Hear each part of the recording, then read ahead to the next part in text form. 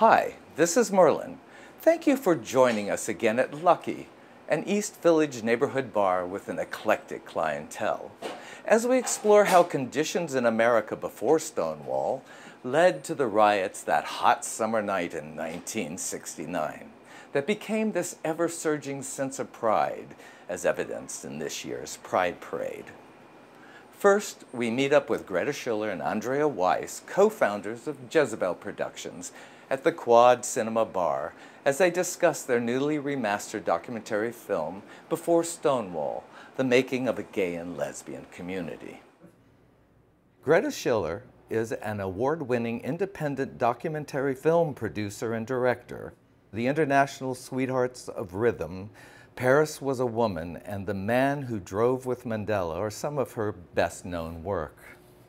Andrea Weiss is a nonfiction author, documentary filmmaker.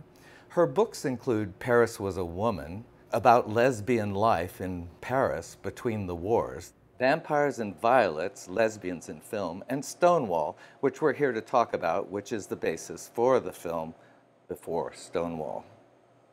Greta, how did you come up with the concept of Before Stonewall? Good question. People often ask that. And I've recently gone back into my notes to remember because it was a long time ago that I made the film.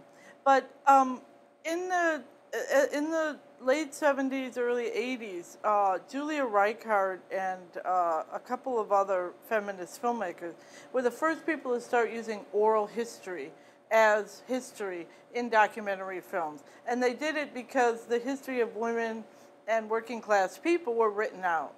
So my co-director and I, Robert Rosenberg, had the idea that we should do something like this for gay and lesbian people. So early on, we brought Andrea in as to shape the project and do the research and pull it together. And presto, you have the film.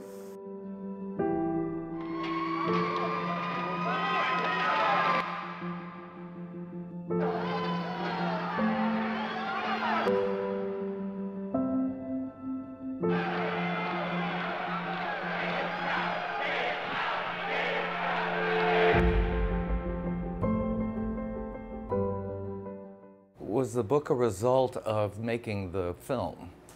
Well, the book came out after the film, and it was really a kind of idea that Greta and I had to make the film a little more user-friendly for educational purposes. So that was kind of, it was definitely after. There were a few books on lesbian and gay history before we made Before Stonewall, and certainly we leaned on them and on the historians who wrote them. But there wasn't any kind of comprehensive look at the same ground that the film covers, which is lesbian and gay experience in the United States before Stonewall.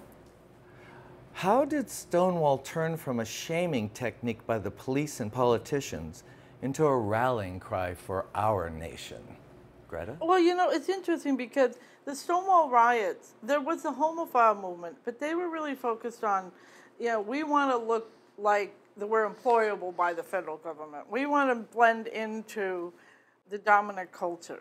But the subculture and the mass majority of queers, they were not interested in that. There was no entry point for them, right? So Stonewall was a bar where a lot of young people, what now we call transgender people, but butch femme and queens would go and congregate because it was a safe space. Every culture needs safe spaces. It had another twist, which was the mafia, because homosexuality and cross-dressing was illegal, the mafia would require payouts from the owners of the bar in order to not do police raids. And one night, it was like a hot summer night, Judy Garland had just died, and the women's movement was just the beginnings of the third wave of feminism. And these young people just said, screw you, we're not taking it anymore. And they just went out into the streets and said, we're fighting back. And interestingly enough, none of the mainstream media covered the riots. Luckily, Fred McDermott he was a documenter as a photographer of downtown culture. So he went out and took pictures, and they were published in the Village Voice. This was not on the radar, but it was on the radar of the homosexual community. And that's when you had your proliferation of Gay Liberation Front and community centers and starting to come together and say, you know, what are we going to do? Andrea, how were the lesbians represented in the women's movement? There were rumblings of the women's movement in the 60s. It was a very mainstream movement. It was run, you know, by like Betty Friedan and National Organization for Women. And lesbians were very active in that, but they weren't out as lesbians, right? It really wasn't until after Stonewall that what we think of now as the second wave of feminism, the women's movement, where it was really a huge groundswell of feminist and particularly lesbian feminist activity started in the early 70s. It was after Stonewall. It was like, I would say the period between maybe 1970, 71, where there was the, you know, the Furies, which Charlotte Bunch was involved with, and Rita Mae Brown, and Radical Lesbians, and some of these much more edgier groups sprung up after 1970, and that went on till the middle to latter end of the 70s. How was Before Stonewall received? So I think it was the first feature documentary on any subject directed by a lesbian, funded by PBS. It was the first film to win an Emmy for Best Research. There was the first time the Best Research, I think they founded the Best Research Emmy because Andrea did such an amazing job on the research. I don't think so, but okay. She won that Emmy. She got that Emmy, yeah. I was nominated as Best Director, and the producers, and I, which I was one, got the Best Historical Film that year. So it was kind of like whammo, like instant success. I was very young. One of my favorite ones was in Oklahoma. Andrea and I went down, because Andrea knew people in Oklahoma, and we organized a screening of the film and it was the first time a gay group and the film arts group ever worked together. So they were really happy we brought them together. And we were like, we're going to screen this film here anyway. And it was in a shopping mall. And on the poster, which said Before Stonewall, the making of a gay and lesbian community, the management of the shopping mall, where the cinema was, blacked out the words gay and lesbian on the poster. Okay, the images are of gay and lesbian people, but somehow those poor people in Oklahoma couldn't see those words. So, and then when it was where it was broadcast, we got just an overwhelming number of letters of people just saying, thank you. This is the first time we've ever been acknowledged or recognized, and, you know, just thank you. And then we got some hate mail. I'm never going to give money to PBS again because you're broadcasting this crap. That was very minimal. And quite surprising from the PBS audience. Although, of course, now we know it doesn't mean they were PBS audience. It could have been anyone writing that. Was Stonewall a rebellion or a riot? Yeah, this is a really interesting, because the thing about the time of the Stonewall, I would say riots, which led to a rebellion movement, you could say. But like most movements that started out with big dreams of changing society and transforming the human, it kind of got sidelined. Now it's like a corporate marketing opportunity, the main Pride events. You know, it's not too much about, like, maybe the society in which we live is a little problematic. That's kind of been lost. There was no forethought. We're launching an international movement that's going to change life as we know it. In fact, there's a photograph in our film that was taken by Fred McDara of the Village Voice that shows a sign up at the Stonewall Inn where the Mattachine Society, which was a movement, which had literally strategically thought about how to integrate gay and lesbian people into mainstream culture, were asking the rioters to go home and stop this nonsense.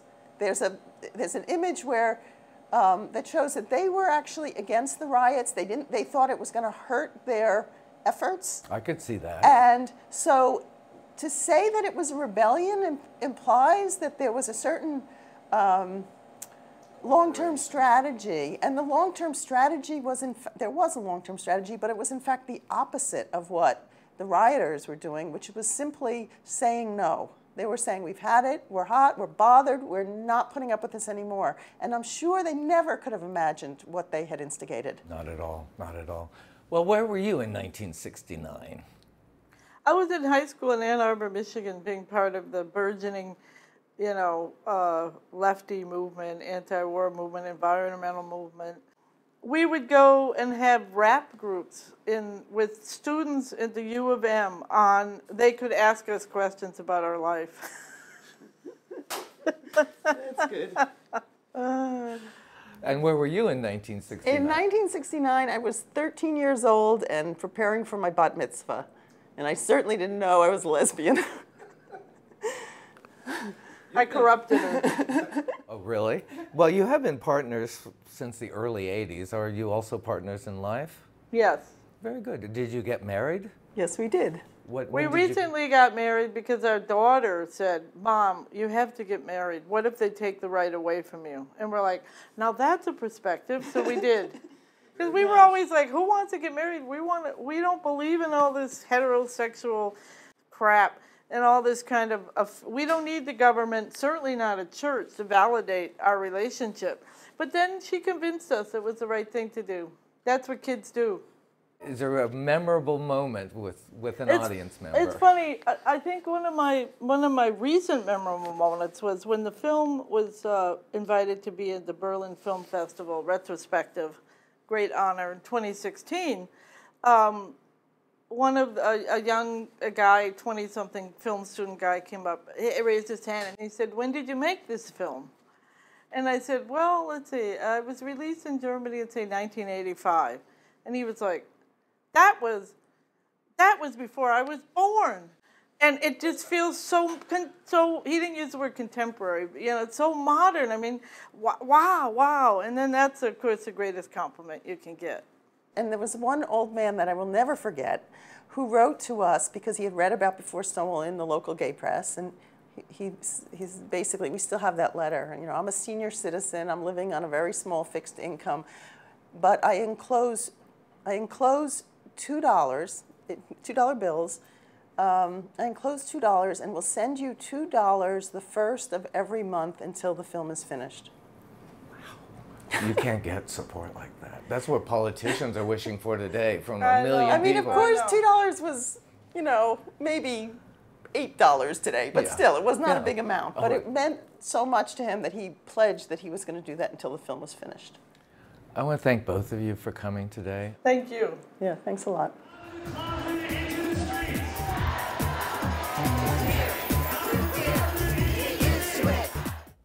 During Pride Month this year, we have explored the changes in American theater after Stonewall with Patrick Pacheco and Donna Hanover at Chez Josephine. So what has happened to the gay play in the last 50 years? The short answer, Donna, is that it's grown up. We discovered that intergenerational storytelling is a good way to learn about LGBTQ history with Wes Enos, founder of the Generations Project. Go easy on each other. A lot of young people don't know LGBT history, and it's not their fault. From before Stonewall, with Andrea Weiss and Greta Schiller, co-founders of Jezebel Productions, we learned how the riot started 50 years ago this weekend. These young people just said, screw you, we're not taking it anymore. And they just went out into the streets and said, we're fighting back. And now for the fourth episode. Let's salute the Pride Parade. Judy Garland dies just a week before Stonewall. Some say it was a factor along with everything else. 2 weeks after Stonewall, people knocked down the fences at Woodstock, making it a free concert. 3 weeks after Stonewall, Neil Armstrong walked on the moon. It wasn't an easy time for many of us. There wasn't a lot of money to go around, and no one was organized. You could be beaten up for no reason except they thought someone was a commie pinko fag. Well, at least that was my story. 1969 was also a romantic time for me, studying theater and art in college, working as an actor and touring the country that fall, and getting to meet America. That summer, I was working in ensemble theater with the Everyman Players at the beautiful Laurel Cove Amphitheater in Pineville, Kentucky, performing the Book of Job for vacationing audiences traveling from the Midwest to Florida for their summer vacations. So to hear that some kids in New York City were rioting and accused of really tearing up the place, I took two ways. One, what was that all about? And two, does this threaten my open and yet guarded life? I was surrounded by friends and what we would call allies today. I had no fear in the circle of friends or working in the theater company. It was when I was alone, I always looked over my shoulder for possible trouble. People were generally kind to be around. There wasn't the same sense of knowing that being gay or lesbian meant to the average person you would meet. This was before designing women and the big shoulders look. People just seemed to think you were like them. They were straight and thought everyone else was too. From my research on the timeline of LGBT history in New York City from Wikipedia, the proposal for the parade commemorating Stonewall was made that November at the Eastern Regional Conference for Homophile Organizations in Philadelphia. We proposed that a demonstration be held annually on the last Saturday in June in New York City to commemorate the 1969 spontaneous demonstrations on Christopher Street, and this demonstration be called Christopher Street Liberation Day. No dress code or age regulations shall be made for this demonstration.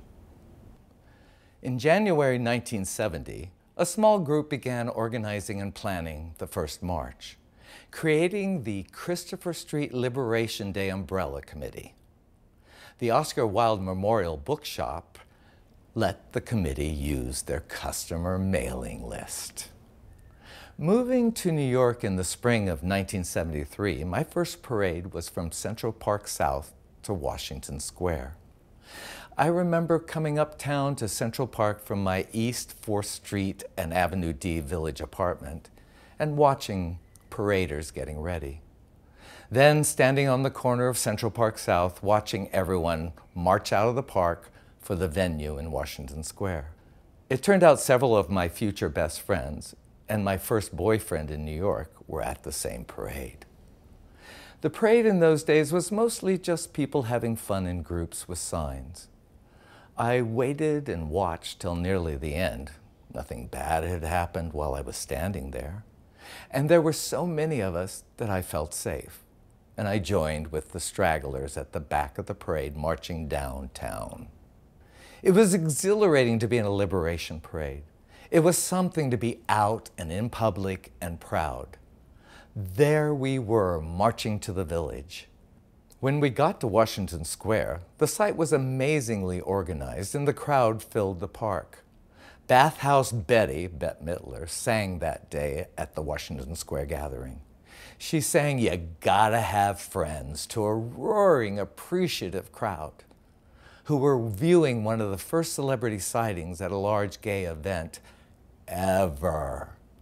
Besides the Continental Baths, where Miss Midler and Barry Manilow became famous for doing what they do best. That was also the same parade event in 1973 that Sylvia Rivera gave her now famous gay power speech. "I will no longer put up with this shit. I have been beaten, I have had my nose broken, I've been thrown in jail, and I've lost my job. I have lost my apartment for gay liberation." Looking up at Miss Rivera on that tall stage, she was overpowering. I felt her desperation. I felt her honesty. I heard her screaming at me and everyone else about issues that were as important then as they are today. Even today, there are trans women in prison and trans people are being murdered in this country. I don't know when they first started the parade, but nothing beats the roar of dykes on bikes to start the parade.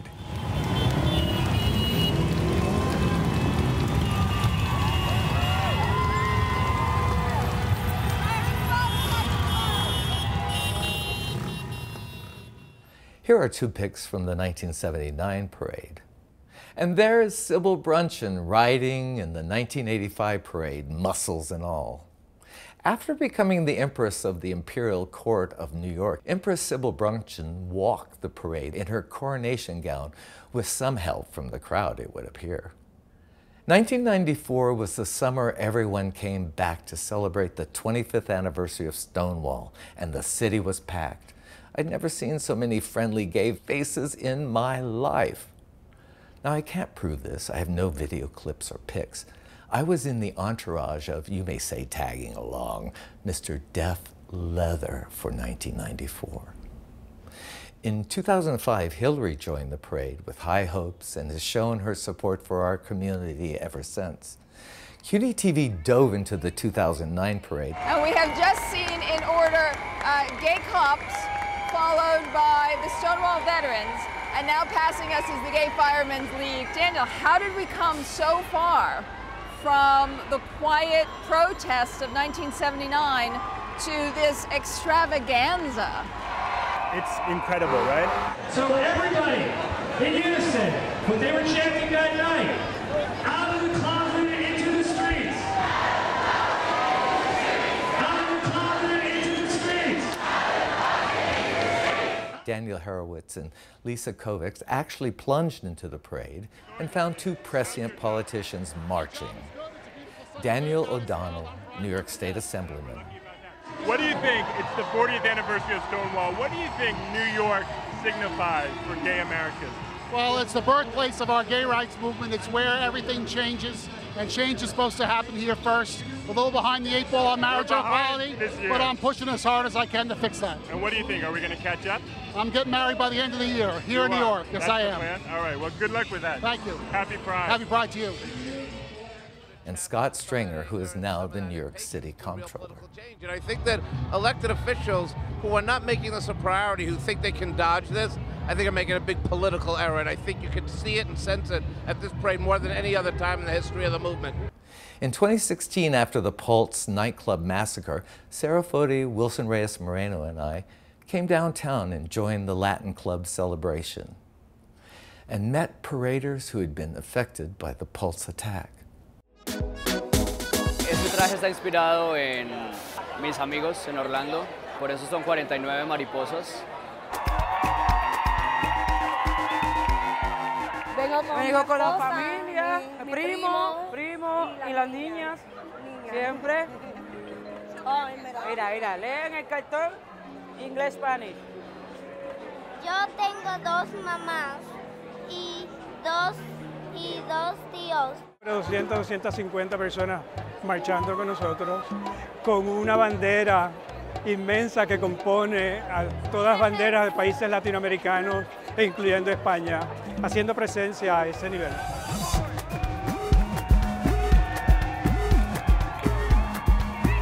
Esta marcha se da consecuencia del Stonewall Rebellion. I can remember in Shreveport climbing out of a trap door at the back of a gay bar in the 1960s, not wanting to deal with a police raid. I can remember the way we were treated when I was a kid by almost everyone. So today I really want to thank the police commissioner, James O'Neill, for his acknowledgement of the police actions at the time of Stonewall. It is good to see someone beginning to get it. Well, I'm certainly not going to stand up here and pretend to be an expert on what happened at Stonewall.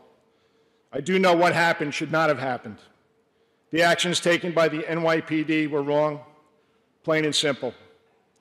The actions and the laws were discriminatory and oppressive, and for that, I apologize.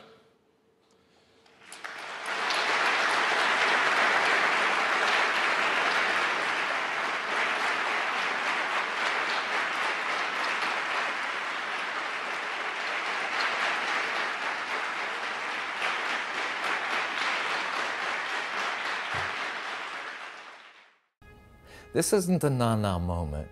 Too many people have suffered from the authority figures for too long. Please remember, the wrath of homophobia didn't happen at Stonewall here in New York City. These assaults on human rights have been going on for many years before 1969.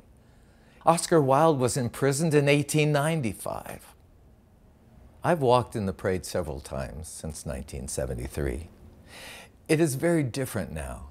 You can't imagine how it feels to sashay down Fifth Avenue through the years and feel the difference in the crowds. Not only are the crowds bigger, you don't see the "God hates fags" signs as you used to. and then to arrive in the village and see people pouring out of their windows and doors, standing on steps and screaming in joy at the top of their lungs at you, because you're in the parade. I've been getting a lot of compliments today. I came all the way out from Poughkeepsie, New York, and I'm a carefree black girl. Very good. It's my first Pride, and the first year since I came out. Wow, I've been out for a while. I'm a late in life outer person. No, you're not. You're just in time. just in time. We waited for you. Yeah, exactly. Exactly. Did you enjoy today? I loved it. You marched in the parade. Yeah, I marched in the parade. Isn't it amazing the way people scream at you? It was so great. I felt like I was famous. Yeah, really. It really You is. look beautiful. Thank you so much. Have a good one. You too, sir. Thank you. You as well. Bye. Bye. Join in and salute those that came before, who have struggled like Marsha P. Johnson, who legend tells us threw the first rock, and Sylvia Rivera, who made us understand. This is our history. Let's learn and build on it for everyone. We can enrich all our lives just by being ourselves. I hope you've enjoyed Stonewall at 50, a CUNY TV special celebrating Pride 2019. This is Merlin. Thank you for watching. Happy Pride.